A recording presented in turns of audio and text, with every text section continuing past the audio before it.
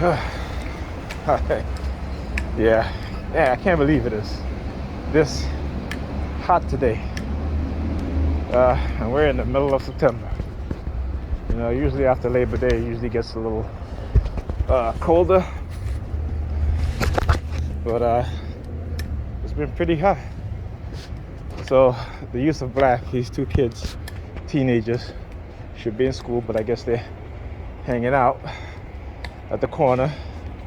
Keep talking about how these perps don't care about their children's education. Black and red. And one of the black walks to the corner and he grabs his hand to make like a V towards me over there. All right.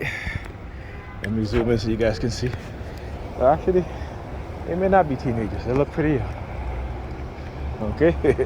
They has one carrying a book bag. But he looks pretty young.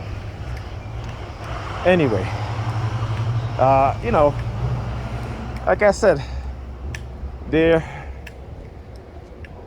white supremacists, I shouldn't say supremacists, but the white racists. Again, I gotta get that term out of my mind, white supremacist, because to be supreme, then you have to act supreme. And the way these white racists act is not supreme, it's one of inferiority in their way of thinking. Because when you're supreme, you don't need to subjugate a group of people. You don't need to continue to try to derail what they're trying to accomplish. Okay? You don't have to try to manipulate them into being your worst self.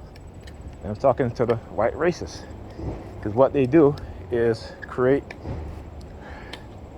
a dark projection of who they are internally into the minds of black and European people.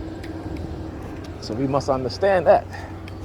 Again, psychology, how it says, particularly manipulation, is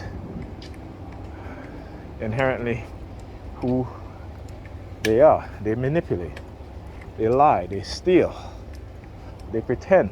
Look at their history. And since they love to, as TIs, whenever they try to make you feel like, oh, you know, they try to bring up, like, they try to say subliminal message, oh, we looked at your record or what have you. Again, look at their records, okay? Because let me tell you, whatever record they look at as your TI is nothing, it's insignificant compared to who they are when you look at their records, okay? So always remember that, right? When you learn the truth, you know, they're going to attack you relentlessly. They're going to try to fall you back into the religious theme, the religious belief system, because they understand that once they fall you back into it, you wouldn't seek revenge, you wouldn't seek restitution, you know, you wouldn't seek justice, that you would just be a compliant slave. Okay, you go back to being a cog in the system. Okay, the one that they keep spinning and spinning and spinning and spinning to make the system work. Okay, because the system is not intended to work for your benefit, right? It's only intended to work for the few. Okay, but as with all things, they are going to be cogs that's going to decide to, well, I shouldn't say decide, but things will happen where they stop turning. Right, and when that happens, then the system doesn't work. Not just for us, but for them too. And they don't want that. So what they do, they get rid of it, replace it.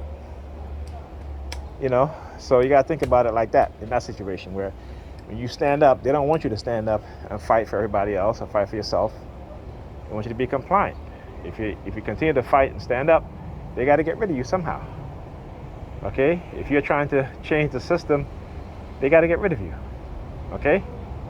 Because like I said, the system is not made to benefit you and I, but to benefit the few. It has always been like that, okay? And particularly if you're a Negropean or you're a black person, it is not meant to benefit you totally, all right? And the few that may have individual success The reason why they have individual success is because they have an individualistic way of thinking.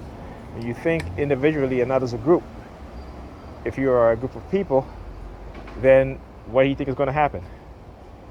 That group of people will start infighting, okay? Will start to tear each other down. Because when they realize that there is no social responsibility of those who have claimed individual success, and understand this, that no one is successful individually. No one. But American, especially Western society, try to push this idea of individual accomplishment. No one is successful individually. All right? But that idea has been pushed in the black community and the European community. So now, again, there is no social responsibility on the parts of those who have become successful. And I keep bringing this up because this is a most beautiful example that I can ever think about. You look at Manny Pacquiao and Floyd Mayweather. Manny Pacquiao, when he fights, millions of dollars that he made, what did he do with some of his money? He took some of his money and he built houses for his people. He didn't say, let me go buy a $1.2 million car. He didn't say, let me go buy, millions of dollars worth of jewelry. He said, what can I do to help my people? Because if I don't help my people, we will never be successful as a group. So this is the stagnation within the communities of Negro-European people. Is that there is no social responsibility for Negro-Europeans when they've become successful. Because they understand that if they turn around and help their brothers and sisters, that will be it for them. But their value is in money. My value is not in money. My value is in me. My value is in my fellow human beings.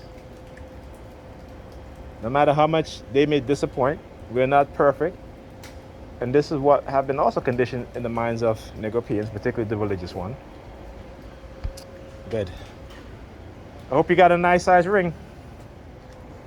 She not looking at her hands like she got her ring. Again, they continue to push this narrative. Matter of fact, that would be a beautiful thing, let me tell you. Okay? But anyway, as I was saying, let me not get distracted. So, their value is in money. My value is not in money. My value is in myself, and my value is in my fellow human being. No matter how much they may disappoint me, or I might be disappointed, I will never lose that value system. And it is when we adopt that value system and we become successful, then we will, without any, are you looking, buddy? I see you looking. We will become successful as a people. Okay, but we cannot also become successful us having a militaristic way of thinking. Because we have to understand and know that white supremacists are out there and have always been out there, okay, sabotaging our efforts. So this is why, at first, we must, for those of us who are successful, that we must reach out to them. How you doing? We must reach out to them and make them understand what is truly happening. Okay? And also, we must offer them some sort of protection, for particularly my brothers and sisters who are in the military, who are ex-police officers, that you get around these individuals. Okay? So I've always said, the people that have the heart and the will to do what's necessary, to do what's right, will never have the means, meaning the financial, economic means, to accomplish those things. And those that don't have the will and the means and the courage to do what's right will have the means, meaning the financial, economic means to do it, but they won't. They can't. Not that they can't, they won't. Okay? So until those two merge into one, particularly I'm speaking to my Negropean brothers and sisters, my black brothers and sisters, we will always be under the foot. We will always remain in the bottom of this caste system. Okay? And until we understand that religion has been used as a tool to subjugate us, to suppress us, we're never going to be angry when we see our brothers and sisters get murdered and killed by the race soldiers. You know, I always say, you know, America talks about it, they're the most religious group of people, Americans, you know, and they always want black people to march and sing and be peaceful, okay? But yet when so-called terrorists who was trained by the United States drove airplanes, killed thousands of Americans, you didn't see America marching, singing, particularly white people marching, singing in the street, you know, asking God, you know, to forgive their enemies. You didn't see that. No. America responded by killing hundreds of thousands of innocent people. Okay? So again, you can't preach to me about religion and God and Jesus and all this bullshit, because I see things for what it actually is, not the illusion you put in front of my face. I used to you know, be blinded by that,